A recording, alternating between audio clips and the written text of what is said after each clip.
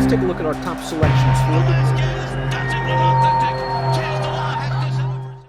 Hi everybody, Mike Beer here, continuing on with the graded stakes action down at Tampa Bay Downs on Saturday. Race number 10 is the Grade 3 Florida Oaks for 3-year-old fillies. They're going to go a mile and a 16th on the turf course. Purse is $200,000. Let's take a look at this field right now. We got another, big field here for a turf race. 12 entered. Note that the number 1 there, Big Bad Diva, is entered main track only. So 11 entered for turf. Another race that just sort of handicaps as a wide open affair. A lot of different horses can win. They've pulled some good horses over to run in this race. It's a very, very well matched field. Let's take a look at the to start things off, the time form U.S. pace projector. They are projecting a fast pace for this race. It'll be very interesting to see how things play out early in this race, because they have the 2 Jouster out there on the early lead, and just having seen Jouster's 2 turf races so far to date, it seems very likely that this horse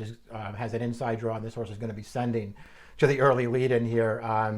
Had shown speed in her first 2 career starts on dirt anyway, even though she didn't win either of those races. She's come back this year, switched over to the grass by trainer Todd Pletcher, and she has shown big speed in those races. In particular, that the most recent allowance win over at Gulfstream Park, where she was a very, very heavy favorite that day, expected to win, looked like the main speed in that field, and she did make the early lead with no trouble. But it's not like Luis Saez just let her jog around the track there. He actually let her go a very solid pace that day, and she still had enough to hold on at the end of that race. She actually ran very, very well in that race. So, we'll see. It feels like they're probably going again from the inside post. The pace projector thinks the number 6 Be Sneaky will be forward as well. And I guess we'll see what she does. She's a real wild card in here because she's never run on turf before. She has, been showing speed on the main track, and she does have a turf pedigree. So we'll see if she's going to bring speed over to the turf and try to keep Jouster, who is your morning line favorite. I'm going to try and keep that horse a little bit honest on the front end. We'll see if she can do that. And here, let's just start out the analysis talking about Jouster, because again, her 2 turf races are very good. Her dirt races, weren't terrible either. I actually felt like she ran okay in her career debut on a sloppy track. She came back disappointed in her next start going a mile. Pletcher, stopped on her for a bit there, brought her back on the turf, and she's been pretty impressive and going 2 for 2 on turf, including that win that we were referencing in the Open. Let's take a look at the replay of Jouster's most recent win here. This is an allowance optional claiming race. She's a very, very heavy favorite right to the front here. And again, Luis Saez just sort of let her power along on the lead. She actually went a pretty fast pace in here. You can see down to the finish, she's getting a little bit tired. She's not getting away from this field. But to me, it's not that surprising. She got tired just the way that Saez let her roll on the front end. Another very impressive win for this filly. She's got a lot of speed. It feels like she's a much better turf horse than she was a dirt horse. And, drawn to the inside here, they're going to go again. And this filly's going to take some catching. She's facing a better field here. So we'll see if she's up for that. But I expect her to be on the early lead in this race. And she may not be easy to catch. The number 3 is Mia Martina. This is one of 2 lightly raced fillies in this field for trainer Graham Motion. And this filly comes into this race 2 for 2. She debuted for different connections over at Gulfstream Park West in November. Ran well that day, back off the pace. She stayed on the outside around the turn. And you could just see her starting to build momentum through the stretch. And she finally closed that race down right at the end with a good finish.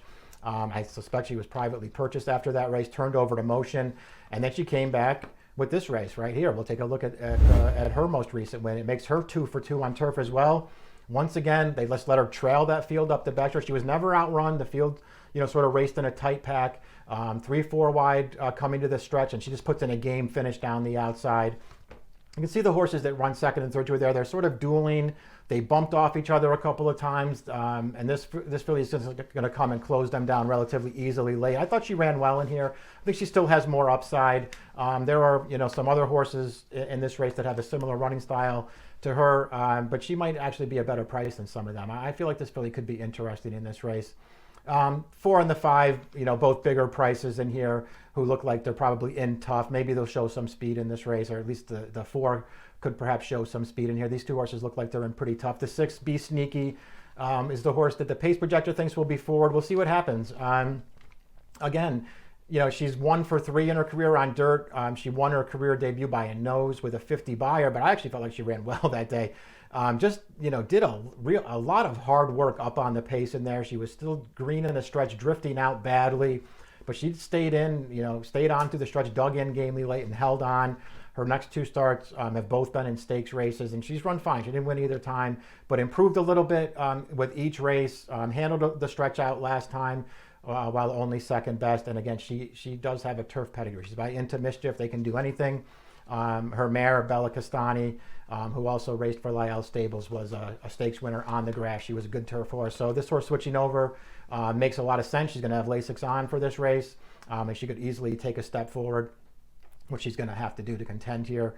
The 7 is a big long shot, stepping way up off the claim and switching over to turf. Hard to make a case for that horse. The 8, only one start so far for this filly.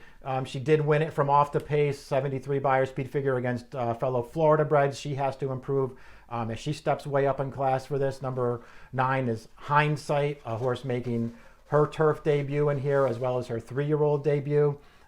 Pretty good second in her debut sprinting on dirt, went 7 furlongs to prevail and break her maiden in her final start as a 2-year-old, also on the main track. She was favored that day. I thought she ran fine, to win that race. It's also a race that, sort of came back to her late. I thought she got an overall really good trip, and it feels like she only got up there because the leaders sort of came back to her at the end. I just feel like she's going to have to be a much better horse on the grass here, and she doesn't really have a lot of turf pedigree to suggest that she's going to improve. I'm going to, take a wait and see approach with her off the layoff and maybe wait for them to come back to dirt with her. Number 10, Domain Expertise, Chad Brown, Klarovich Stables. This horse is only 1 for 4 on the way in. She is probably quite a bit better than the overall record makes her look. She ran well in her career debut at Saratoga, just outfinished by a very talented stablemate of hers. But she ran well that day. Plenty of excuses to be made for her second start, where Chad ran her in a stakes race over a very boggy turf course at Pimlico, and she dueled the pace and got tired. I just don't care about that race at all. She was really impressive, breaking her maiden off a little bit of a layoff there in December. They put her right up on the lead in there as the favorite. I don't think they didn't want to really get her into any trouble in that race at all.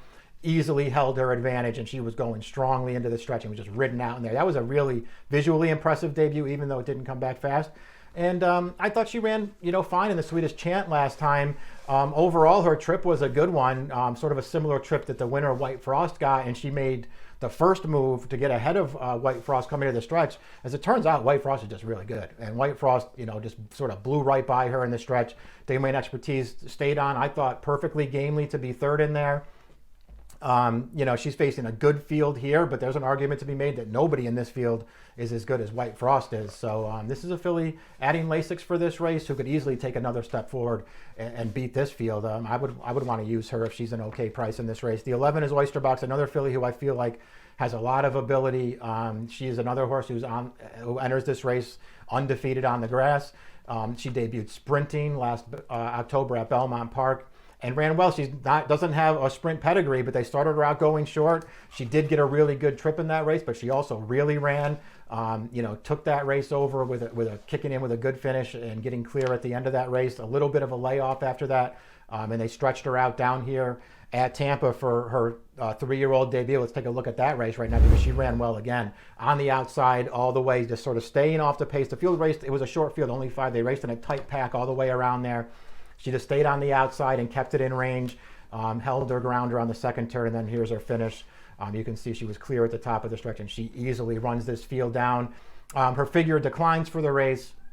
I just think that has to do with the slow pace and the fact that you can see there she was just never really all in at the end of that race. I thought she won that race very easily.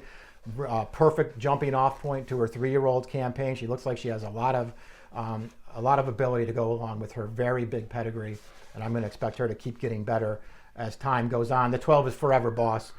This is a horse who might have to show speed from her outside post. Just missed by a nose in her debut, came back, just missed again in her second start, but she was placed first, so she's here with a maiden win via disqualification, but she's okay. She's run okay in both of her starts so far. And she could, obviously take a step forward here, facing a good field. She's going to have to do that. A lot of different ways to go in this race. I feel like it's the kind of race where whoever is the short price, and perhaps that's just going to be Jouster because she has the figures and the speed, maybe you don't want to go, too hard after a heavy favorite in this race. But Jouster, I think in a lot of ways is the horse to beat. I have her in there as we put the picks up.